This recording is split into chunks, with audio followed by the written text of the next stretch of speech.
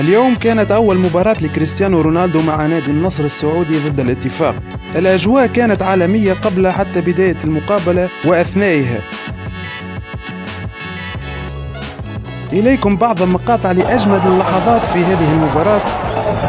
استمتع بالمشاهدة ولا تنسى لايك للفيديو والاشتراك في القناة.